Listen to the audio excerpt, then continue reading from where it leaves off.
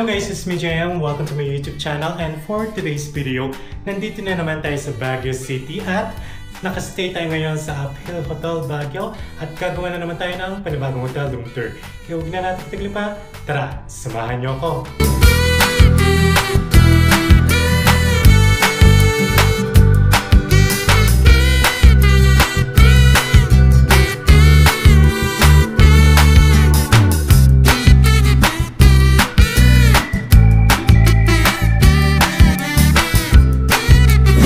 Alright guys, so pagpasok natin sa ating hotel room, meron tayong cabinet dito or open closet.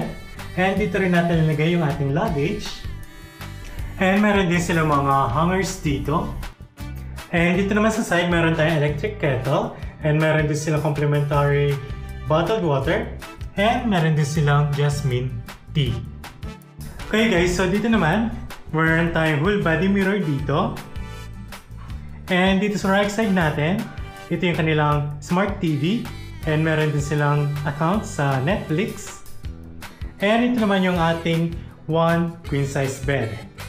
By the way guys, ang pinabook pala natin ay yung kanilang standard room with queen size bed, no window. Pero guys, so meron tayong maliit na window dito for the sunlight. And meron din tayong electric fan. Dahil yung ating hotel room ay walang aircon at ngayon naman ang papakita sa inyo ay yung kanilang toilet and bath. Alright guys, so pagpasok natin sa ating bathroom, ito na kagad yung kanilang toilet. And of course, meron silang bidet and meron din tayong malaking mirror dito. At ito naman yung kanilang cute na lavatory. And dito sa right side natin, ito yung ating shower room. So meron tayong rainfall shower. And of course, nandito tayo sa Baguio, kaya for sure, meron silang heater. Pero kung napansin nyo guys, sobrang liit lang ng kanilang shower area. And I think good for one person lang talaga. Pero kung couple kayo magsha-shower dito, hindi na kayo kasya. Alright guys, so pwede na rin pala kayo mag-book na inyong bus ticket via Klook app from Pitex or Cubao going to Baguio City or vice versa. And huwag niyo kakalimutan na gamitin aking Klook promo code para makukuha pa kayo ng 3 to 5% discount. And by the way guys, ang kinuha pala natin hotel room nila ay yung kanilang standard room with queen size bed, no window, with for 2 person with plated breakfast for only 1,600 pesos. And if ever kung gagamitin nyo pa yung aking Klook promo code na JITKLOOK, makakuha pa kayo ng additional na 3 to 5% discount. And pwede nyo rin i-check sa Klook yung may iba pang mga hotel room types nila na good for 4 person. And meron din sila mga hotel rooms na good for 2 na merong balcony and city view. Alright guys, so nandito tayo ngayon sa labas ng hotel. At kung napapansin nyo yung location niya, yung mga katabi niya ay mga residential area na. Alright guys, ito yung mga kapitbahay ng Uphill Hotel Baguio. In fairness guys, sobrang lamig ngayon, kaya pabalik na ulit tayo sa ating hotel room. Alright guys, so sumakay pala tayo ng taxi kanina sa may Joybus Terminal papunta dito sa hotel. At ang binayaran lang natin ay nasa 120 pesos. Medyo may kalayuan nitong hotel. At nakarating na rin tayo kanina around 1:30 PM. Kaya sinubukan na natin mag-check-in. Pero sabi nung nag-assist sa ating guide kanina, ang standard check-in time daw nila ay 2 PM. Pero pwede na daw mag-check-in around 1:45 PM. Kaya nag-decide na lang tayo na iiwan muna yung mga maleta natin at yung may iba pang mga gamit natin. At nag-stay na lang tayo sa kanilang reception. Dahil napansin natin, konti lang yung dumadaan dito mga jeep and taxi. So if ever kung lalabas pa ako within 30 minutes, baka makabalik na ako dito mga 3 PM. And by the way guys, meron din pala sila incidental deposit 1,000 pesos, pero refundable naman upon checkout. And mas okay talaga mag-stay dito kung may dala kayo sa sasakyan. At the same time, meron naman silang parking lot sa baba. And kung i-drive nyo mula dito hanggang Borough Park, nasa 5 minutes lang, 1.1 kilometers away. Pero kung lalakarin nyo, nasa 17 minutes away. So, ganun siya kalayo. Kaya I think hindi na tayo lalabas dito. So, tomorrow lilipat naman tayo ng hostel. So, matutulog na lang tayo. And good thing yung kanilang TV, Smart TV, so manonood lang tayo Netflix and YouTube. The next day.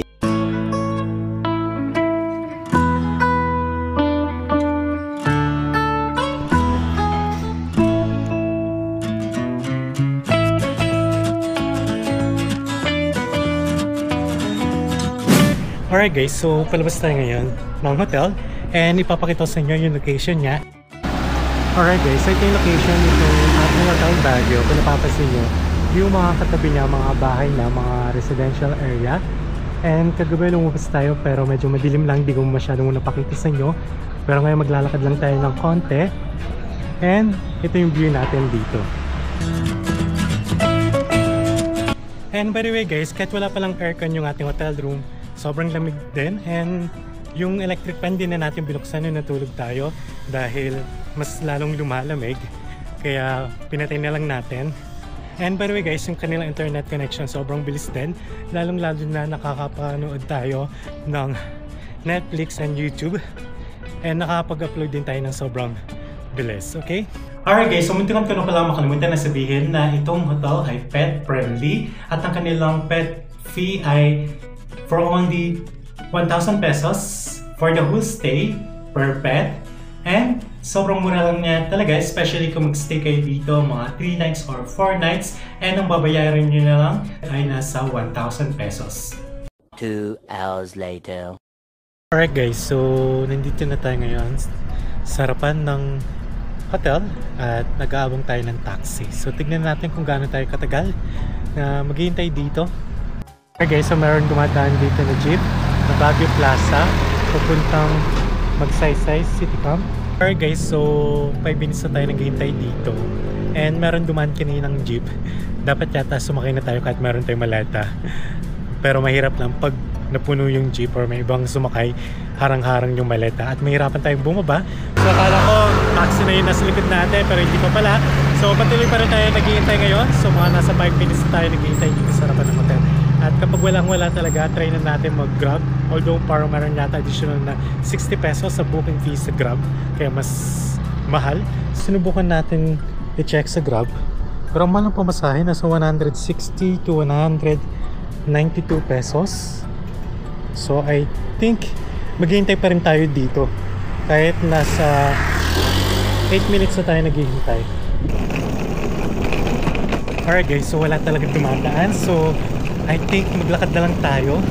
And ito yung maleta natin na sobrang tibay, na maraming beses na natin nilakad-lakad dito sa Baguio, pero until now hindi pa rin nasisira.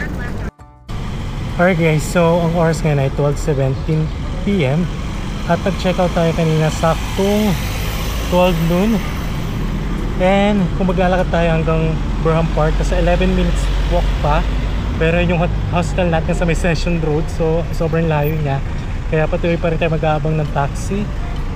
At ito yung natitirang oras sa paglalakad natin, 11 minutes, 700 meters away. Alright guys, so time check, 12:27 PM. And nandito na tayo sa may City Camp Road. So ipapakita ko sa inyo, and kung napapansin nyo pataas yung daan. So pagod na tayo, so I think tatapusin yung aking hotel review sa Afil Hotel Baguio. And if ever kung naghanap pa kayo mga hotels dito sa Baguio City, check na lang sa aking YouTube playlist sa mga iba pang mga ginawa kong hotel room tour. Meron din tayong ginawang mga hotel review sa Baguio, sa Boracay, sa Cebu, sa Hong Kong, sa Bohol, sa Metro Manila. And if ever kung papabook kayo ng hotels nyo, ng bus ticket, mga tourist attraction, pabook nyo na lang sa Klook. At huwag nyo kakalimutan na aking Klook promo code, JUDKLOOK, para makakuha pa kayo ng additional na discount, okay? So thanks for watching. Bye!